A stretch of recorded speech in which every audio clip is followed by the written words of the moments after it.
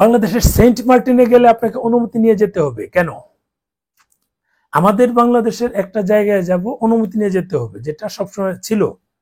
যেমন আমরা থানচি গেলে কিন্তু রাস্তায় বিজিবি আছে, তাদের অনুমতি নিয়ে যেতে হয়।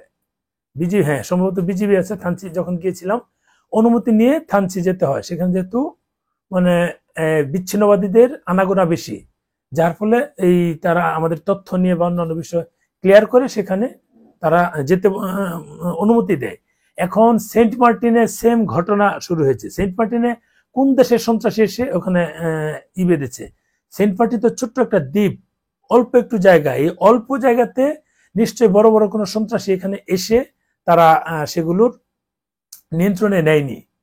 আমাদের যেগুলো সাধারণ জনগণ আছে তারা আছে, দোকানপাট, হোটেল মোটেল সবই তো আছে। এখন সেন্ট মার্টিনে যাওয়ার জন্য যদি আমাদের সরকারের অনুমতি নিয়ে যেতে হয়, সেটা হলে তো মুশকিল। কয়েকটা পত্রিকা ঘাটাঘাটি করে দেখলাম সেখানে যে এই সরকারের যে সরকার না তো সরকারি আমলা যারা যারা এটার দায়িত্বে আছেন, তাদের অনেকেই বলেছে যে সেখানে প্লাস্টিকের ব্যবহার করা যাবে না, বা সেখানে অপরিষ্কার করা যাবে না, বা অপরিষ্কার এমন কোনো কাজ করা যাবে না, বা যত কম সংখ্যক পর্যটক সেখানে যাবে তত সেটা ভালো থাকবে। এই কারণে তারা এটা অফ করেছে। তার মানে আমরা যারা আগে 20,000 যেতাম, তখন এখন সেটাকে হয়তো 2,000 নামিয়ে নিয়ে আসবে। বাকি 18,000 কি যাবে না? নিজের দেশের জায়গায় কি যাবে না? যেমন থানচি গেলে কাউকে আটকায় না। এখন সেন্ট মার্টিন সেটা সীমিত করা হবে এটা বলেছে। তার মানে হচ্ছে যে আমাদের ওখানে আমরা যারা যেতে আগ্রহী বা যেতে পছন্দ করি, আমাদের পরিমাণটা কমিয়ে দিবে আমার ধারণা। যদি কমিয়ে দেয় তা সবাই যেতে পারবে না। আর কেন কমিয়ে দিবে? সেখানে কি সন্ত্রাসের প্রভাব বেড়ে গেল কিনা? এখন এটা আমার যেটা মনে হয়, আগের সাবেক প্রধানমন্ত্রী শেখ হাসিনা ভারত থেকে নাকি একটা বক্তব্য দিয়েছে যে আমেরিকাকে এটা দেওয়া হয়নি বলে তারা ক্ষমতাচ্যুত হয়েছে। যদি তার কথার যদি কোনো রকম সত্যতা পাওয়া যায়, তাহলে এই অ্যাঙ্গেল ওই অ্যাঙ্গেল থেকে মিলিয়ে কিন্তু এটা মনে হচ্ছে যে এটা কি আমেরিকা কি খুব দ্রুতই এটা পেয়ে যাচ্ছে কিনা, খুব দ্রুতই হস্তান্তর করা হচ্ছে কিনা।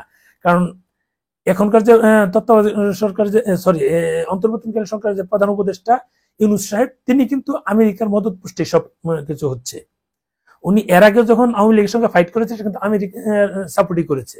বিশ্বব্যাংকের টাকা বন্ধ করা সহ অন্যান্য বিষয় অনেক কিছু, সেটা আমরা সবাই জানি। আমরা যারা সচেতন তারা সবাই জানি।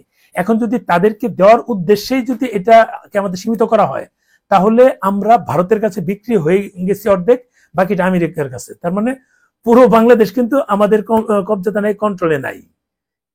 অর্ধেক যাচ্ছি ভারতে, অর্ধেক যাচ্ছি আমেরিকায়। কারণ ভারতের কিছু ম্যাপ আমাদের এই 14 গ্রামের দিকে তারা যে আমাদের চিকেন নেক এইটুক টাকা তারা অফ করে দিয়ে তাদের অংশে রেখেছে। আর আমাদের এদিকে এই লালমনিরহাট গাইবান্ধার যে অংশটুকু, আসামের যে জায়গাটুকু সহ তাদের ওই পর্যন্ত তারা একটা ম্যাপ বের করেছে। আমি দেখাবো কোন একটা জায়গায় ম্যাপ বের করেছে। এটা ওই তাদের যে চিকেন নেক শিলিগুড়ি, সেটাকে তারা 150-200 কিলোমিটার বড় করে ফেলবে, যেন চীনের আক্রমণ থেকে রক্ষা করতে পারে। 7 সিস্টার এবং সিকিম তারা তাদের অধীনে রাখতে পারে। যদি এরকম হয়, এটা রাজনৈতিক কথাবার্তা হচ্ছে, কিন্তু আমরা যারা ঘুরতে যাব রাজনৈতিক বিষয় এখানে চলে আসে। আমরা যদি অবাধ ঘুরতে না পারি, তাহলে তো আমাদের মানে কি বিষয়টা হচ্ছে সেটা তো আর বোঝার কিছু বাকি থাকে না। এটার জন্য আমার হয়তো এই কথাগুলো বলার জন্য অনেক কিছু আমার হয়ে যেতে পারে। কারণ আমি কেন বিরুদ্ধে বলবো? কারো বিরুদ্ধে কিছু বলিনি, যেটা হচ্ছে সেটাই বলছি, যেটা হতে পারে সেটাই বলছি। এবং যদি আপনার বাক স্বাধীনতা না থাকে, তাহলে আওয়ামী লীগ সরকারই তো ভালো ছিল। আওয়ামী লীগ সরকার সময় আমরা কিছু বলতে পারতাম না, ডিজিটাল একটা ভয় পেতাম। এখন তখন তাদের ভয় কিছু বলতে পারতাম। এখন তো আর আওয়ামী লীগের যে দুঃশাসন সেটা নাই, তাহলে আমরা কেন বলতে পারবো না? যদি মনে করেন যে এটা নিয়ে আমার কোনো ঝামেলা হয়, তাহলে এটা নিশ্চিত থাকবেন আপনারা যে এই কথা বলার কারণে আমার ঝামেলা হয়েছে। আর যদি স্বাভাবিক থাকে, তাহলে আমাদের বাক স্বাধীনতা আছে।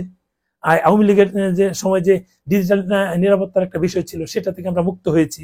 ভালো থাকবেন, শেয়ার দিন। আল্লাহ হাফেজ।